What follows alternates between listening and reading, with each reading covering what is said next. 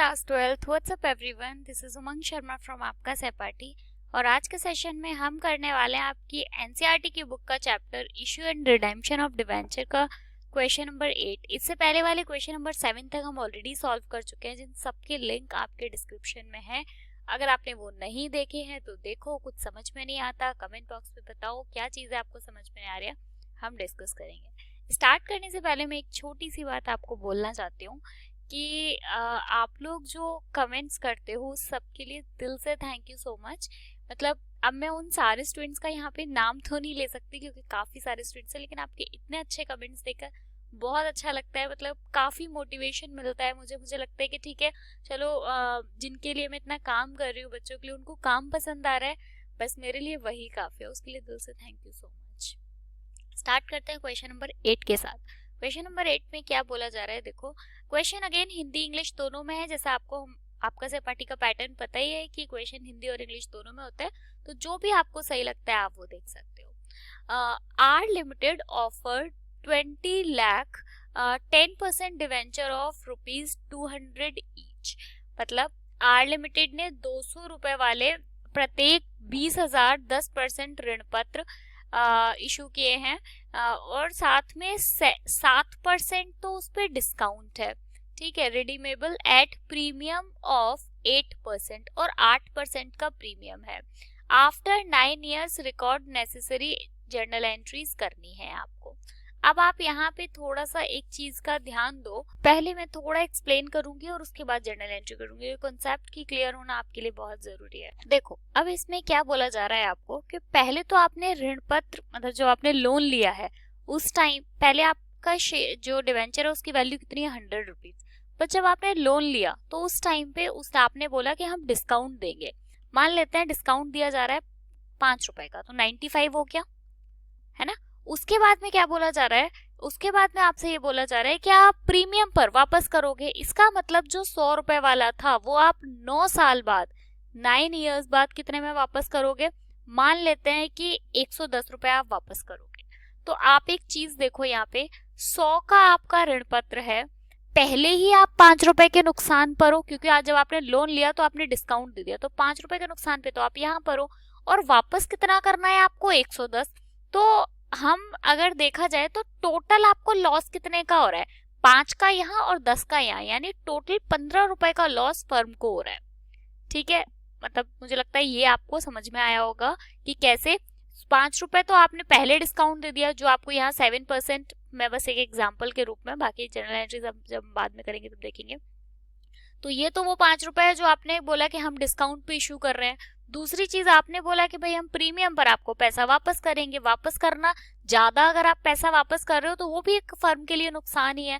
तो ये आप यहाँ पे 10 रुपए का नुकसान आप यहाँ उठा रहे हो, यानी टोटल 15 रुपए का नुकसान फर्म को हो रहा है। सबसे पहले हम यहाँ पर जो जर्नल एंट्री करेंगे वो इशू करने की कर देते हैं। तो देखो इशू करने की, यानी एंट्री नंबर फर्स्ट एंट्री क्या करोगे, बैंक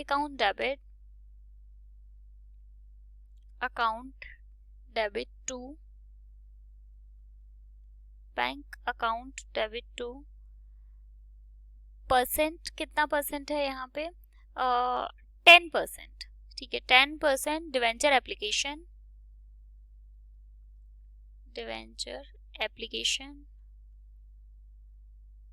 एंड अलॉटमेंट। ठीक है, ये तो आपकी हो गई इशू करने की एंट्री। अब मुझे एक चीज बताओ, क्या आप इशू करने की एंट्री किससे करोगे, आपने कितने में इशू किया है, 100 से?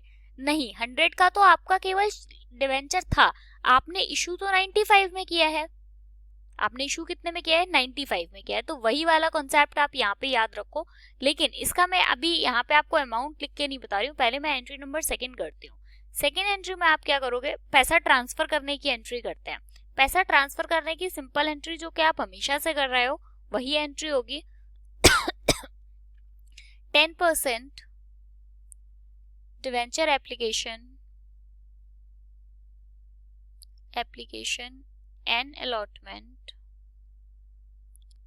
अकाउंट डेबिट टू 10% डिवेंचर, ये एंट्री करते हो।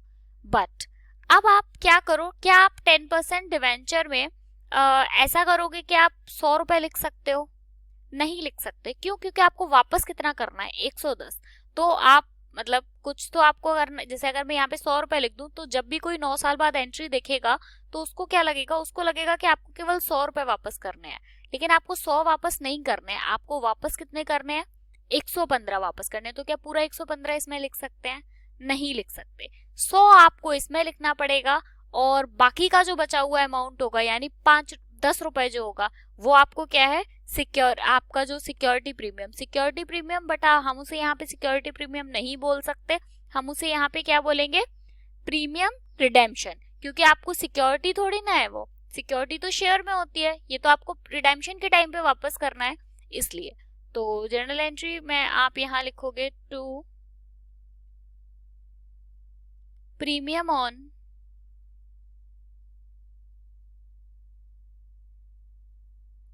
redemption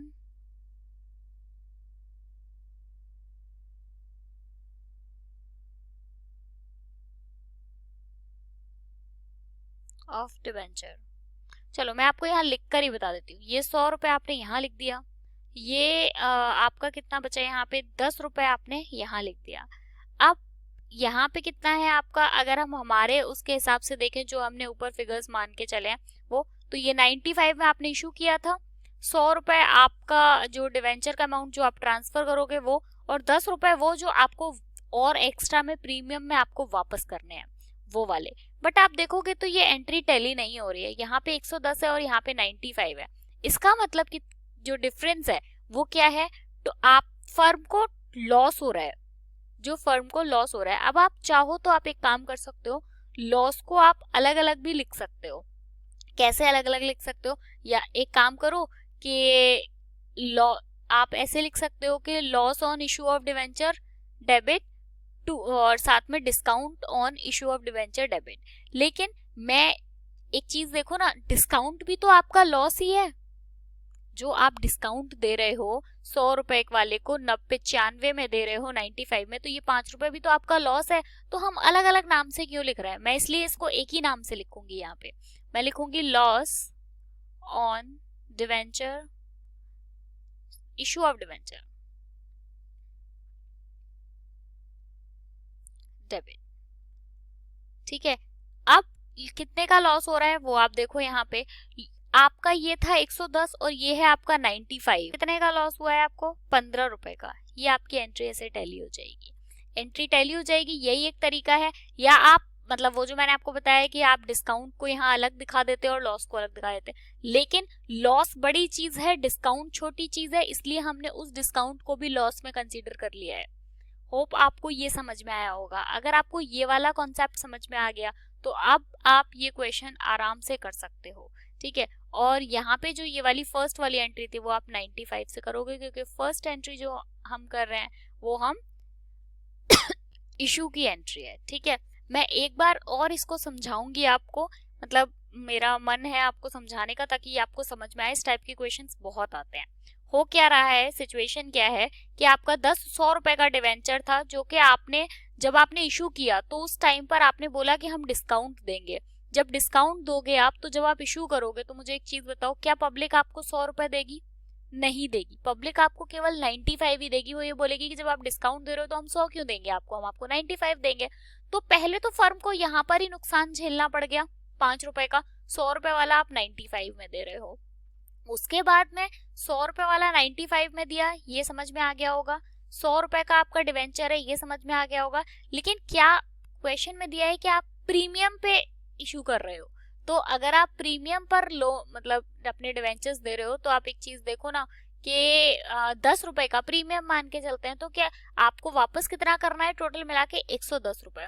95 में आपने मतलब इशू किया है, वापस कितना करना है, 110। इसका मतलब 15 रुपए का आपको नुकसान हो रहा है। अब इस नुकसान को मैंने आपको बताया कि आप क्वेश्चन में आप मतलब अगर आप बुक में देखेंगे तो काफी जगह पर यहाँ पे डिस्काउंट की एंट्री अलग कर रखी है और लॉस की अलग कर रखी है। आप वो भी कर सकते हो कि एक में उसमें 10 लिख देना और दूसरे वाले में 5 लिख देना, ये भी कर सकते हो आप, लॉस में 5 लिख देना। लेकिन मैंने क्योंकि लॉस बड़ी चीज है, डिस्काउंट छोटी चीज है, इसलिए मैंने दोनों को एक साथ लिख दिया है, इसलिए यहाँ पे 15 हो गया।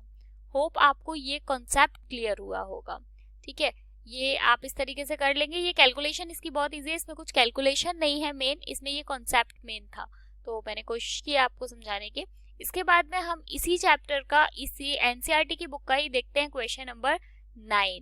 देखो, एक एम लिमिटेड है न एस लिमिटेड के 90000000 की सब परिसंपत्ति का मतलब होता है असेट्स परचेज की है। ठीक है, 70000000 की देनदारियां मतलब लाइबिलिटीज हैं उसकी, जो S limited and issued 8% debenture of ₹100 each.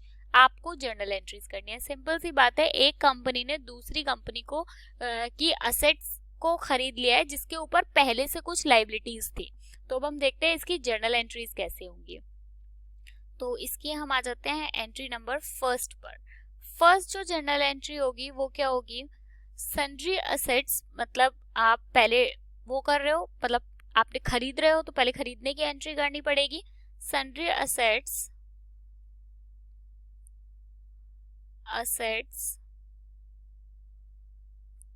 Account debit to sundry liabilities.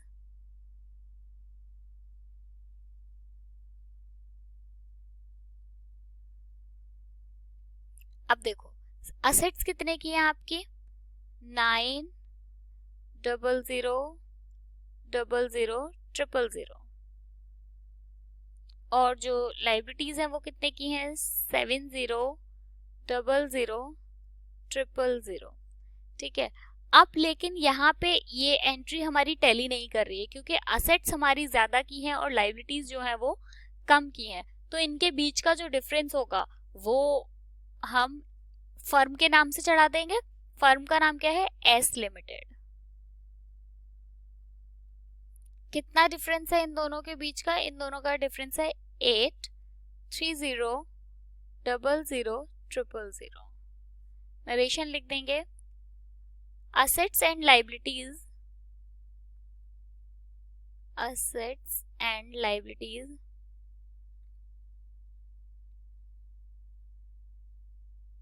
of S Limited taken over। ठीक है, आते हैं एंट्री नंबर सेकेंड पर। अब आपने असेट्स और लाइबिलिटीज का जो डिफरेंस था वो फर्म के नाम से चढ़ाया है। तो अब आप क्या करोगे कि जो देखो, अब यहाँ पे हो क्या रहा है कि अब एस के पास जो लोन है वो कितने का है, लोन मतलब ऋण है यानी डिवेंचर्स है, वो कितने के हैं, 830000000। इतना उसको लाइबिलिटीज के अलावा पे करना है। ठीक है, तो इसका मतलब ये है कि उतने का उसको डिवेंचर इशू कर दिए गए कि आप इतने का ऋण आपको और पे करना है। तो एस लिमिटेड डेबिट हो जाएगा 2%, मतलब 8% डिवेंचर्स अकाउंट, और नरेशन लिखो आप। अब देखो जो शेयर्स है वो कितने, सॉरी शेयर नहीं, डिवेंचर है वो कितने का है, 100 रुपए का है। 100 रुपए का एक डिवेंचर है। तो अगर आप 830000000 डिवाइडेड बाय 100 करोगे तो आपका आएगा 8300000। ठीक है, इसका मतलब ये है कि आपको इतने 8% डिवेंचर्स 100 ईच, जिसकी एक की वैल्यू 100 है, एक की वैल्यू 100 है तभी तो ये निकल कर आया है ना, एक की वैल्यू 100 है, इशू आपने किए हैं एस लिमिटेड को in consideration of assets and liabilities. मतलब जो असेट्स एंड लाइबिलिटीज का कंसिडरेशन था वही तो ये निकल कर आया है ना, तो वो आपने एस लिमिटेड को उतने का ऋण दे दिया, अब उसको उतना आपको वापस करना है, आपको मतलब एम लिमिटेड को। तो यहाँ पे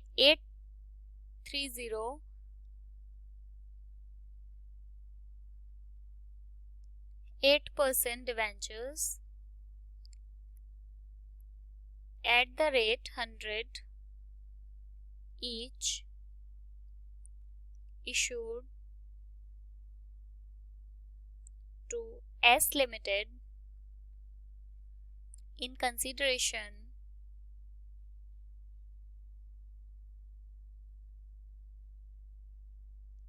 of assets and liabilities.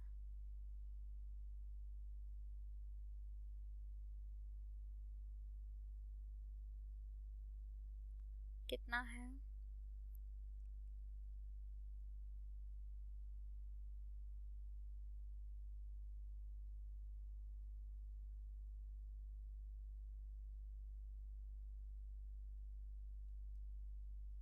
ठीक है, होप आपको ये समझ में आया होगा।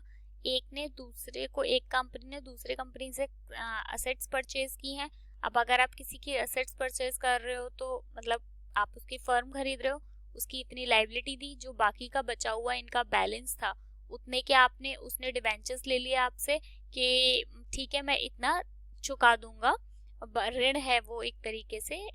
तो एक एक डिवेंचर की वैल्यू कितनी थी? 100। तो आपने जब डिवाइड किया तो ये निकल कर आया 8,30,000। ठीक है, चलो होप आपको क्वेश्चन नंबर 8 और 9 समझ में आया होगा। नेक्स्ट वीडियो में हम करेंगे इसी के आगे क्वेश्चन नंबर 10 से। मिलेंगे नेक्स्ट वीडियो में। Bye, thank you so much.